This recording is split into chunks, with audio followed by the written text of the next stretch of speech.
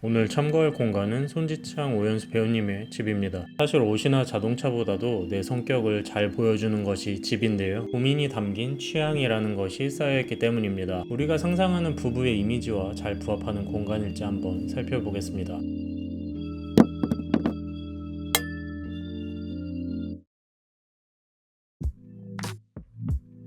좌측 벽면을 무늬목으로 시공하였네요. 우드 벽 마감의 기능적인 장점은 일반적인 도장이나 벽지보다 스크래치의 강해, 오염 방지 효과가 있다는 것입니다. 빈번하게 부딪히거나 손이 자주 닿는 벽면은 우드 마감을 고려해 볼 수 있습니다. 하지만 양쪽 벽을 모두 우드로 감싼다면 자칫 답답해질 수 있습니다. 방금 혹시 현관 중문을 발견하였나요? 바로 이 부분, 포켓 타입으로 안으로 쏙 들어가는 중문을 만들어 놓았네요. 지금처럼 측면의 엣지풀을 활용하면 도어를 끝까지 넣을 수 있습니다. 문을 끝까지 넣지 않고 손잡이만큼 돌출된 방법으로도 시공할 수 있습니다. 물론 덜 깔끔하지만 문을 열 때 바로 손잡이를 잡기 원하는 급한 성격이라면 손잡이가 보이는 타입이 더 편리할 수도 있습니다. 실제로 엣지풀을 눌러 도어를 꺼내는 것이 생각보다 번거로운 일이라 도어를 포켓 안에 넣어둔 채로 사용을 잘 안 하는 경우가 많습니다.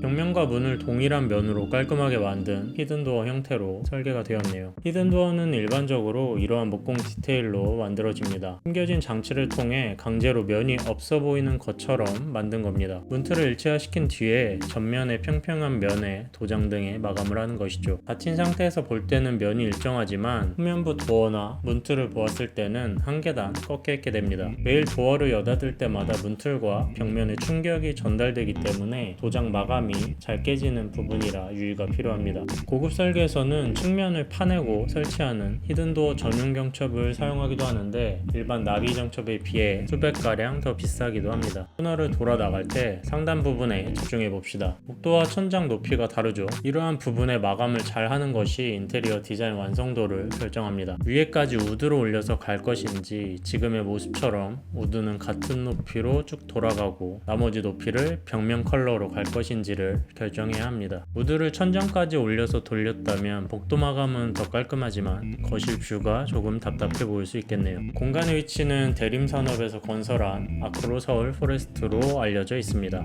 서울 숲과 한강 조망권을 극대화한 넓은 통창이 눈에 들어오네요. 전체적으로 내추럴한 우드톤을 기본으로 포인트 아이템들이 눈에 띄는 인테리어를 보여줍니다. 가구가 없다고 상상해보면 굉장히 심플하죠. 심플함을 만드는 데에도 몇 가지 디자인 장치가 숨어 있습니다. 첫 번째로는 층고가 높습니다. 아까 본 숨은 도어와 함께 몰딩과 걸레바지가 없습니다. 훨씬 더 미니멀하죠. 두 번째는 중앙 직부등과 펜던트 조명이 없습니다. 다른 설비와 라인을 잘 맞춘 스팟등만으로 조명 설계가 되었습니다. 마지막으로 정사각형의 융 브랜드 콘센트를 활용한 것도 심플한 디자인에 도움을 주었네요. 미니멀한 공간을 바탕으로 유선형의 비정형 가구들을 포인트로 활용하였습니다. 거실에서 가장 먼저 눈에 들어오는 첫 번째 포인트는 빨강색 소파입니다. 리네로즈의 플룸이라는 제품입니다. 다양한 컬러가 가능합니다. 앞으로 자주 등장할 로낭의 에르왕 부울렉 형제가 디자인하였습니다. 소파는 좌석 구분이 없는 한 덩어리 형태를 보여줍니다. 한 가지 형태에 숨어있는 비밀이 있습니다. 좌우측 등받이 높이와 좌석 깊이가 미묘하게 다릅니다. 자신에게 편리한 자리를 찾아서 앉을 수 있는 형태인 것이죠. 패브릭 구멍을 따라 등고선처럼 퍼지는 기악 패턴이 상당히 매력적입니다. 거실 후면 장식 선반과 소파 앞에 놓인 로우 테이블 모두 소파와 동일한 프랑스 리네로즈 브랜드 제품입니다. 하단부 골드 장식과 지그재그로 이어지는 프레임이 독특하면서도 참 예쁩니다. 1인 암체어와 후면부 대리석 원형 식탁은 플리폼 브랜드 제품입니다. 이탈리아 수입 가구 특유의 고급스러운 웜그레이 톤이 있는데 이 제품들에 잘 담겨 있습니다. 보통 원형 식탁의 경우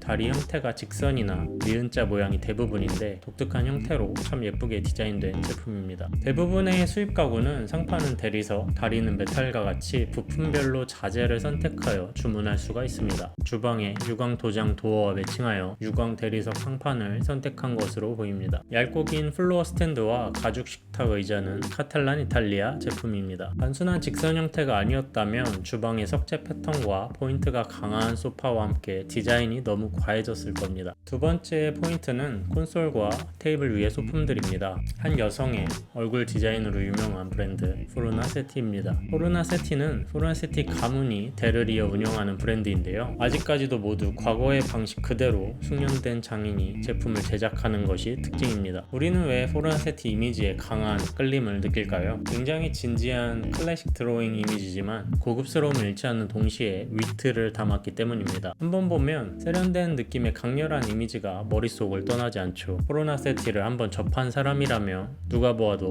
포르나세티 제품인 것을 단번에 알 수 있습니다. 포인트가 많으면 자칫 촌스러워질 수 있습니다. 특히나 강한 원색을 사용하는 경우에는 더욱 그러하죠. 강한 색상으로 포인트를 줄 경우에 다른 소품이나 가구에서 같은 색상을 사용하여 통일감을 주면 훨씬 더 안정적인 디자인이 가능합니다. 소파 위에 놓은 입술 모양의 셀렉틱 쿠션에 레드가 들어가 있죠. 겉면부 커다란 액자에 레드가 들어간 작품을 선택한 것이 거실 공간의 신의 한 수로 보여집니다. 국내에서 해당 브랜드 가구를 취급하는 회사입니다. 참고하시길 바랍니다. 지사모빌리와 베쿰 디자인은 논현동에 위치하고 있고 탱코르소 꼬모는 청담동에 위치하고 있습니다. 주방 공간으로 이동해 봅시다. 주방은 기역자 구조와 직육면체 아일랜드 배치로 구성되어 있습니다. 세라믹으로 감싼 형태의 아일랜드가 묵직하게 공간의 중심을 잘 잡아줍니다. 지금과 같이 돌이 감싸고 있는 형태의 아일랜드는 전면부 쪽에 수납장을 넣지 못하기 때문에 수납의 양이 줄어들 수 있죠. 하지만 지금처럼 훨씬 더 깔끔한 디자인으로 중심을 잡아줄 수 있는 것이 가장 큰 장점입니다. 베이지 톤의 도어와 오크색 마루와 다크 브라운 톤 아일랜드 세라믹이 조합이 참 좋죠. 도어는 손잡이가 없이 찬넬에 손을 넣어서 여닫는 타입입니다. 핸들리스로 돌출되는 것이 없어 깔끔하면서도 푸시도어보다 실용적으로 사용할 수가 있습니다. 주방 가전은 모두 빌트인으로 설계가 되었습니다. 프리스탠드 제품에 비해 돌출이나 좌우 이격이 없어 깔끔한 인테리어가 가능합니다. 시그니처 키친 스위트, 냉장고와 식기세척기, 가게 나온 커피 머신과 하부 와인셀러, LG전자, 광파오븐 등의 제품을 활용하였네요. 주방 공간에서 서라운딩이라는 부분을 알아봅시다. 좌측에 130mm가량 부착되어 있는 것이 서라운딩이라는 자재입니다. 일반적으로 장이 기본 규격으로 나오는 주방 가구 브랜드이거나 벽과 바닥의 오차 치수를 줄이기 위해 사용하는 마감 자재입니다. 아마도 600mm 폭의 장을 균등 분할하기 위해 좌측에 서라운딩 마감재를 넣어 설계한 것으로 예상이 됩니다. 설계에 정답은 없지만 개개인이 선호하는 디자인은 있습니다. 첫 번째 방법으로는 1070mm 폭의 냉장고 대신 1220mm짜리 냉장고를 넣을 수 있겠네요. 정수기는 싱크볼 빌트인 타입으로 교체를 합니다. 두 번째는 냉장고 상부장을 비규격으로 제작하고 쿡탑 공간 쪽에 130mm를 할애하여 쿡탑과 싱크볼 사이 작업 공간을 더 넓게 쓰는 방법입니다. 지금도 소형 가전이 작업대 공간에 놓여 있어서 메인 작업대 공간을 더 넓게